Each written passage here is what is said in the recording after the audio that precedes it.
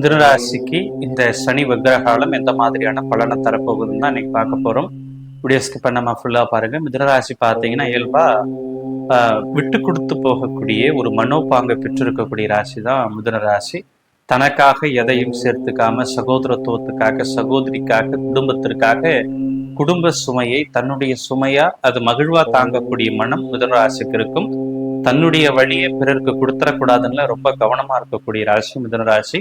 இந்த ராசிநாதன் பார்த்தீங்கன்னா 2 காரகத்துவத்தோடு இருப்பாங்க. ஆண் தன்மையும் இருக்கும், பெண் தன்மையும் இருக்கிறதுனால எந்த விதமான ஆசைகளை கூட தன்னுடைய ஆசைகளை வெளியில சொன்னா அது பிறருக்கு காயப்படுத்தும்.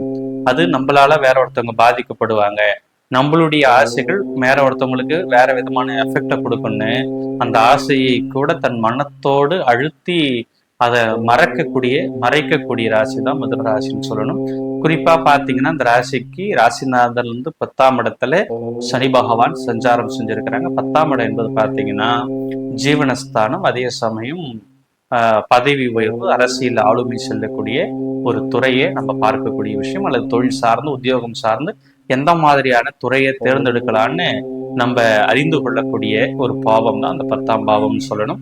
இந்த இடத்துல சனி பகவான் வீச்சிருக்கிறதுனால பாத்தீங்கன்னா கடினமா உழைத்திருப்போம், உண்மையா இருந்திருப்போம். ஆனா உழைப்பிற்கும் அந்த கடின உழைப்பிற்குமான ஒரு அங்கீகாரம் நமக்கு உத்தியோகம் சார்ந்து கிடைக்காது. விசுவாசமா இருப்போம், கடினமா உழைச்சிருப்போம், உண்மையா இருந்திருப்போம். ஆனா நேத்து வந்தவங்க எல்லாம் உச்சம் தொட்ட நிலைக்கு போயிடுவாங்க. நம்ம இருந்த இடத்துல தான் இருக்கிற மாதிரியான ஒரு நிலையை இந்த விஷயம் நமக்கு உருவாக்கி கொடுக்கும். குறிப்பா பாத்தீங்கன்னா நேத்து தான் நமக்கு உத்தியோகத்துல சேர்ந்திருப்பாங்க. அவங்க சுப்பீரியர் லெவலுக்கு, அவங்க ஒரு ப்ரமோஷன் லெவலுக்கு போயிடுவாங்க. நம்ம இருந்த இடத்துல இருக்கிற மாதிரி ஒரு நிலையை அவர் உருவாக்குவார். அரசியலும் அதே மாதிரி தான். நம்மளை பார்த்து அரசியல்ல சேர்ந்தவா அல்ல, நம்மளோடு நம்ம கூட்டிட்டு போய் விட்டவங்க எல்லாம் இன்னைக்கு கட்சியில ஒரு உயர்மட்ட குழுவுல இருப்பாங்க. நம்ம அதே இடத்துல இருக்கிற மாதிரியான ஒரு நிலையை இந்த சனி பகவான் உங்களுக்கு உருவாக்கி தருவாங்க. அதே மாதிரி படித்த பிள்ளைகளா இருக்கட்டும், அல்லது ஒரு உயர்கல்விக்காக காத்திருக்கக்கூடிய பிள்ளைகளுக்கெல்லாம் எந்த துறையை நம்ம தேர்ந்தெடுக்கிறது, எந்த மாதிரியான ஒரு துறையை நம்ம தேர்ந்தெடுத்தா நம்மளுடைய வாழ்வியல்ல ஒரு மாற்றம் கிடைக்கின்ற ஒரு தெளிந்த மனோநிலையை கொடுக்க மாட்டார். குழப்பமாவே இருக்கும். இது படிக்கலாமா, அதை படிக்கலாமா, இந்த வேலையில செய்யலாமா, இந்த வேலை செய்யலாமா, இந்த உத்தியோகத்துக்கு போலாமா, ஒரு சர்வைவலுக்காக போலாமா, நம்மளுடைய தேவை வேற இருந்தாலும் நம்ம வாழ்வதற்காக வேற ஒரு உத்தியோகத்துக்கு போலாமான்னு நம்மளுடைய மனத்தை அலைப்பாய வைக்கக்கூடிய ஒரு பாவம் 10ஆம் பாவம் அதுல இருக்கிறதுனால பாத்தீங்கன்னா இந்த சமூகத்திற்காக பிடித்து நம்மளால வாழவே முடியாது. அப்ப உணவு கூட நமக்கு பிடிச்சு சாப்பிட முடியாது.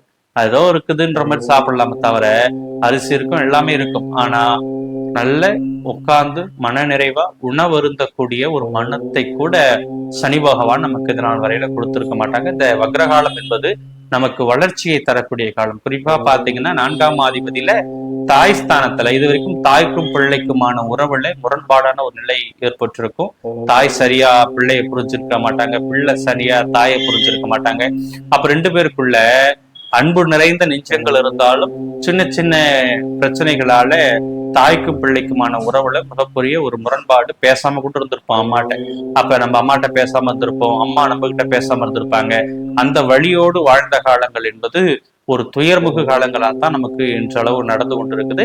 அந்த நிலையை இந்த வக்ரகாலம் 138 நாட்கள் நமக்கு ஒரு நல்ல மாற்றத்தை உருவாக்கி தரும். அதாவது நவம்பர் மாசம் 30ஆம் தேதி வரைக்கும் இந்த வக்ரகாலம் இருக்குது. ஸோ அந்த 30ஆம் தேதிக்குள்ள நம்ம இழந்ததை எல்லாம் பெறக்கூடிய ஒரு அற்புதமான நிலை நமக்கு வரப்போகுது.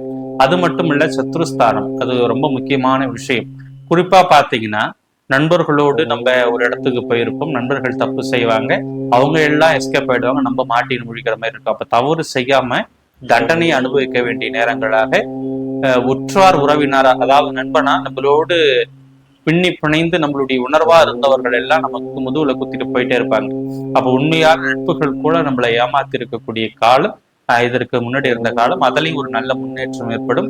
அப்ப இனி வரக்கூடிய காலங்கள் நல்ல லாபத்துரத்தை தரக்கூடிய காலங்கள், வாழ்வில் சுகத்தை தரக்கூடிய காலங்கள், தாயோடு இணக்கமான உறவை மேம்படுத்தக்கூடிய காலங்கள், இழந்ததை எல்லாம் பெறக்கூடிய காலங்களாத்தான் இந்த காலம் நமக்கு இருக்க போகுது. அதே மாதிரி பாத்தீங்கன்னா 7ஆம் ஸ்தானத்தையும் அவருடைய பார்வை இதனால் வரையில பார்த்தாங்க. அப்ப திருமணம் ஆகினாலும் சரி, அல்லது திருமணம் ஆகாதவராக இருந்தாலும் சரி, திருமணமானவங்க பாத்தீங்கன்னா கணவன் மனைவிக்குள்ள சின்ன சின்ன மிஸ் அண்டர்ஸ்டாண்டிங் வந்துட்டு இருக்கும். திருமணம் ஆகாத அல்லது ஒரு காதலிக்கிறவங்க கூட பாத்தீங்கன்னா சின்ன சின்ன ஒரு முரண்பாடால புரிந்திருக்கக்கூடிய நிலைகள் எல்லாம் வந்திருக்கும். நம்ம சும்மா நல்ல வார்த்தை அல்லது ஒரு கேஷுவலா பேசுற வார்த்தை தான் பேசியிருப்போம். இதற்கு முன்னாடி அந்த வார்த்தை ஒரு விளையாட்டுத்தனமான வார்த்தையா இருந்திருக்கும். ஆனா இந்த மே மாசம் 6ஆம் தேதியில இருந்து அந்த வார்த்தையை நம்ம பயன்படுத்தும் போது அது தவறான வார்த்தையாகி கணவன் மனைவிக்குள்ள புரிதல் இல்லாத நிலை வரும். அதே மாதிரி பாத்தீங்கன்னா காதலிக்கிறவங்களுக்கு பெண்ணும் ஆணும் இருக்கக்கூடிய உறவுல அதுலயும் முரண்பாடான ஒரு நிலையை ஏற்படுத்தியிருக்கும். மொத்தத்துல பாத்தீங்கன்னா இழந்ததை மீட்டெடுக்கக்கூடிய காலமாக, உங்களுடைய வழிகளுக்கு வரம் தரக்கூடிய காலமாக, வாழ்வில் சுகத்தை தரக்கூடிய காலமாக, எல்லாவித சுகத்தையுமே இப்பதான் நம்ம பார்க்க வேண்டிய காலமாக மிதுன ராசிக்கு இருக்கும். குறிப்பா போன வாரத்துல ஒரு சக்சஸ பார்த்திருப்பீங்க. இப்போ ஒரு நிதானத்துவம் கிடைக்கும். அடுத்த வாரத்துல இருந்து ஒரு நல்ல அனுகூலமான செயல்பாடு உங்களுக்கு நடக்க போகுது. நீங்க புதன் பகவானுடைய ஆதிக்கத்துல பிறந்திருக்கிறதுனால சயன கோலத்தில் இருக்கக்கூடிய திருமாலவன வழிபாடு செய்யலாம், அல்லது நரசிம்மர வழிபாடு செய்யலாம். துளசி மாலையால நரசிம்மர வழிபாடு செய்தீங்கன்னா உங்களுடைய துயரெல்லாம் விளக்கக்கூடிய ஒரு நிலை கிடைக்கும். எப்பொழுதுமே பச்சை நிறம் சார்ந்த ஏதாவது ஒரு ஆக்சசரிஸ் பயன்படுத்திங்கன்னா உங்களுடைய வாழ்வில எண்ணற்ற மாற்றங்களை நீங்க பார்ப்பது உறுதி. இந்த வீடியோ பிடித்திருந்தா லைக் பண்ணுங்க, ஷேர் பண்ணுங்க. முக்கியமா நம்ம சேனலை சப்ஸ்கிரைப் பண்ணிக்கோங்க. நல்லதை பேசுவோம், நல்லதே நடக்கும்.